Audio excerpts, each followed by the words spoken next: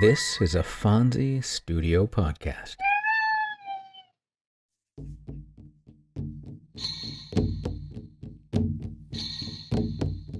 Welcome to Tales from the First Nations. I'm Jay Idle, and every week I'll share with you a tale and ancient wisdom of the native tribes of North America. I'll be joined by my cats, Dawa and Fonzie, who will undoubtedly make their presence known at some point, so I might as well just list them as co-hosts.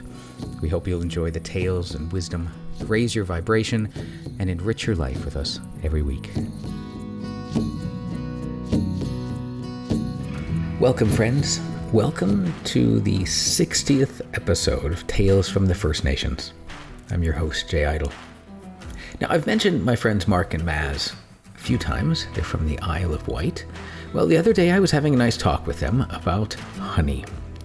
And Mark used to have a few beehives over the years, and after a long conversation about caring for bees and their hives, it got me thinking about whether or not there would be any stories I could share with you about our beloved friends, the bees. As an adult, I have great respect for and appreciation for bees, but it wasn't always that way, honestly. After I got stung running through our backyard barefoot for the second time, I adopted a strict "I will never walk in the grass barefooted again" policy.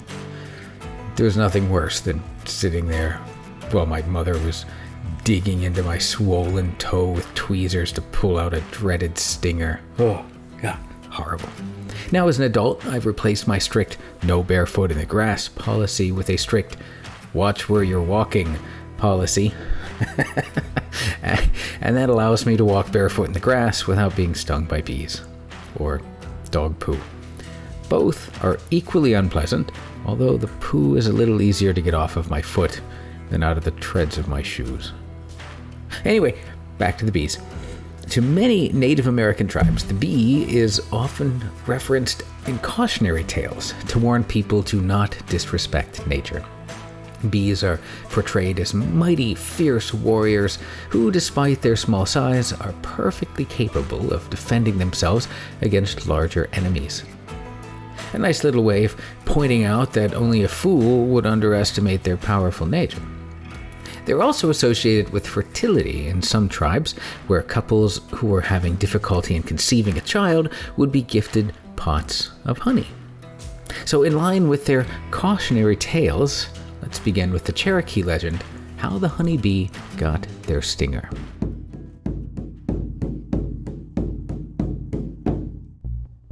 Back in ancient times, when the people were purer and could converse with the animals, the Creator would visit with them. The people asked the Creator for something that was sweet to the taste, so the Creator sent the bee. But the bee had no stinger. So down come the bees, and they found a suitable tree in which they could build their hive, live in it, and produce honey. Multiplying, feeding their young, they were having a good life as bees. Soon the people came to the bee and asked for some of their sweet syrup, and the bee gave each person a containerful. The people loved the syrup and greedily ate it all. Then they went back to the bee for more. But the bee replied, "I have no more to give you for a while. You'll have to wait." The people were not happy as they craved the sweet syrup. So they called upon the Creator, saying, "The bee does not give us enough of the golden syrup. We want more." The Creator listened and sent down the flower people.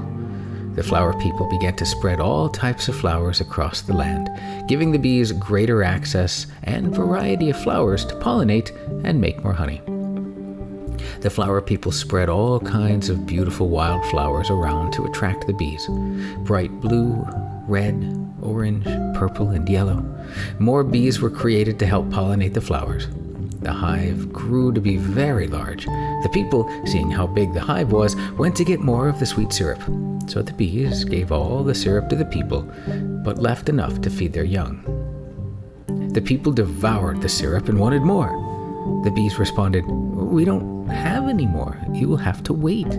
The people were angry and asked the flower people to make more flowers so they could have more of the golden syrup to eat.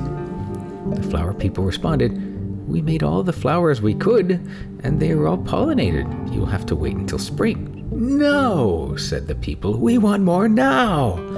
So they went back to the bee's hive and tore it apart, killing almost all the bees and taking the little syrup that remained. The remaining bees were angry. They asked the Creator what to do. The Creator was also annoyed at the behavior of the people, so he told the flower people to create some briar bushes, and for the bees to eat the briars. The bees did as the Creator said. They ate the briars, and these were transformed into the stingers. The flower people created an entire briar patch around the bee's tree. The next day, the people came back and started toward the bee's hive for more syrup, but the briars around the tree scratched and tore at their bodies. Some of the people made it through the briars to the hive. Covered in welts, they yelled at the bees, "Give us some more syrup now, or we will do the same as we did yesterday. Kill your young and destroy your home." The bees became angry, and a loud hum came from the hive and the tree, and they swarmed. The bees stung the people all over until they were covered in welts and sent them running.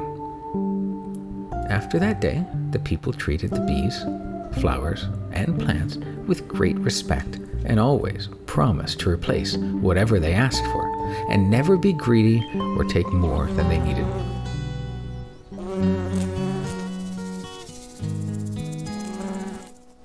People sure love sweet things, don't they? We had the same trouble with Nana Bojo and the maple trees. Now you understand why those bees are so busy. They had to make honey for all the people.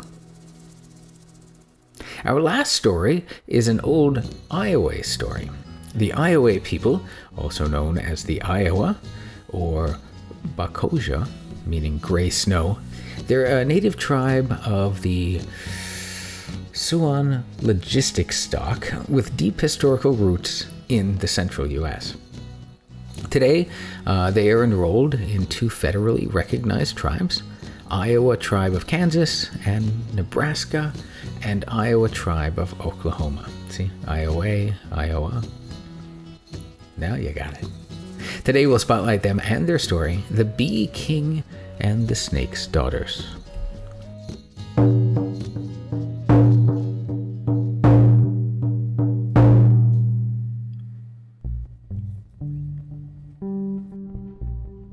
There once was an old witch who had a snake for a husband, and even he was too good for her. She lived in a lodge by a stream, and he under a rock nearby. And nobody but the moon and the owl knew that they were married. In time, they had two daughters, beautiful in the face as the most beautiful of maidens, but with cold and scaly bodies. Their daughters played on the land and in the water happily and without knowing that they were not as other girls. But their mother knew, and if strangers appeared, covered them closely with fine garments, curiously embroidered.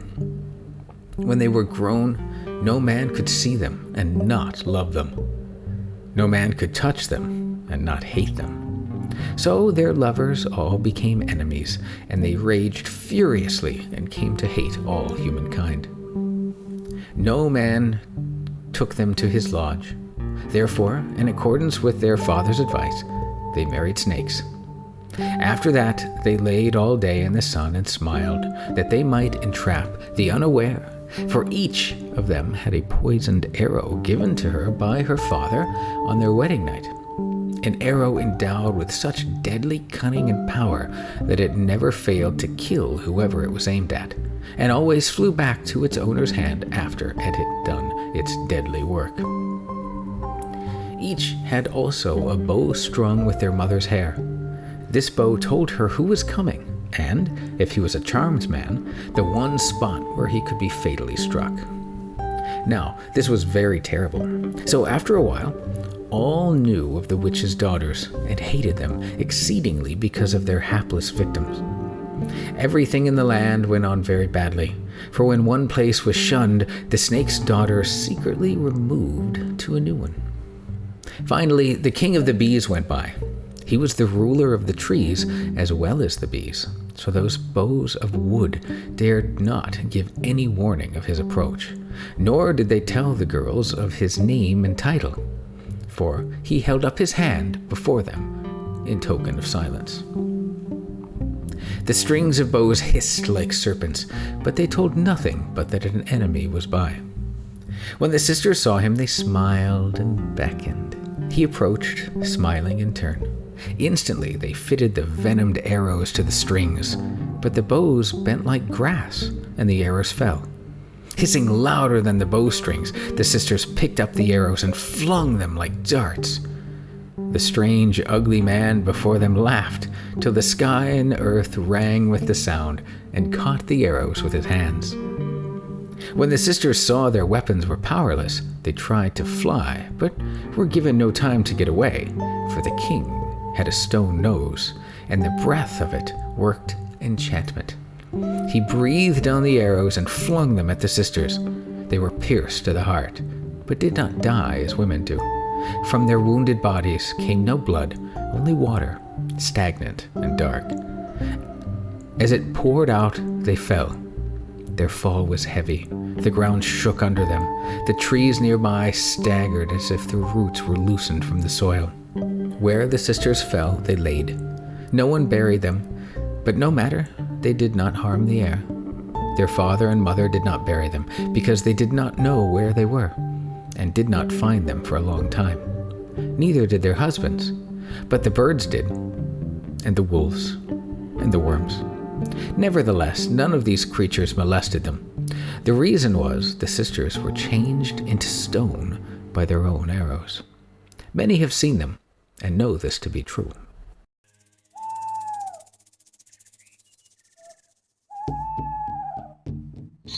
It was kind of Bee King to rid the world of those evil sisters.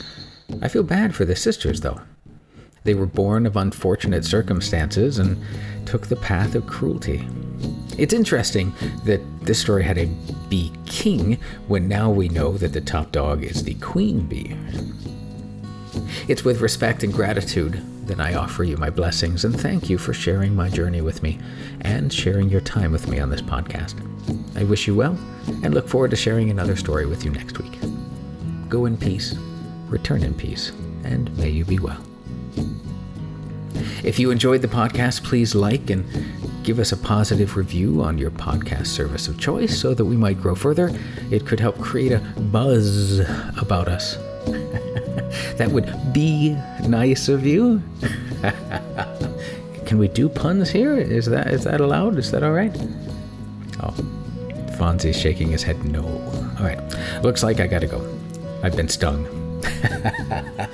Sorry.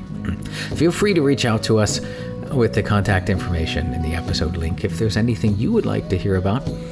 Our first story, How the Honeybee Got Their Stinger, comes from the northerncherokeenation.com. The second story, The Bee King and the Snake's Daughters, comes from the Iowa Culture Institute at iowa.nativeweb.org. For more great stories and legends, join me next week for another story right here on Tales from the First Nation. I'm Jay Idle, and I'll talk to you next time. The beautiful song you're listening to right now is provided by my dear friend Scott Brocklesby, and our podcast image of the moon was provided by Mark Lawton. We'll see you next time, if you'll be around. All right, that's it. How'd we do, Dawa? Phones?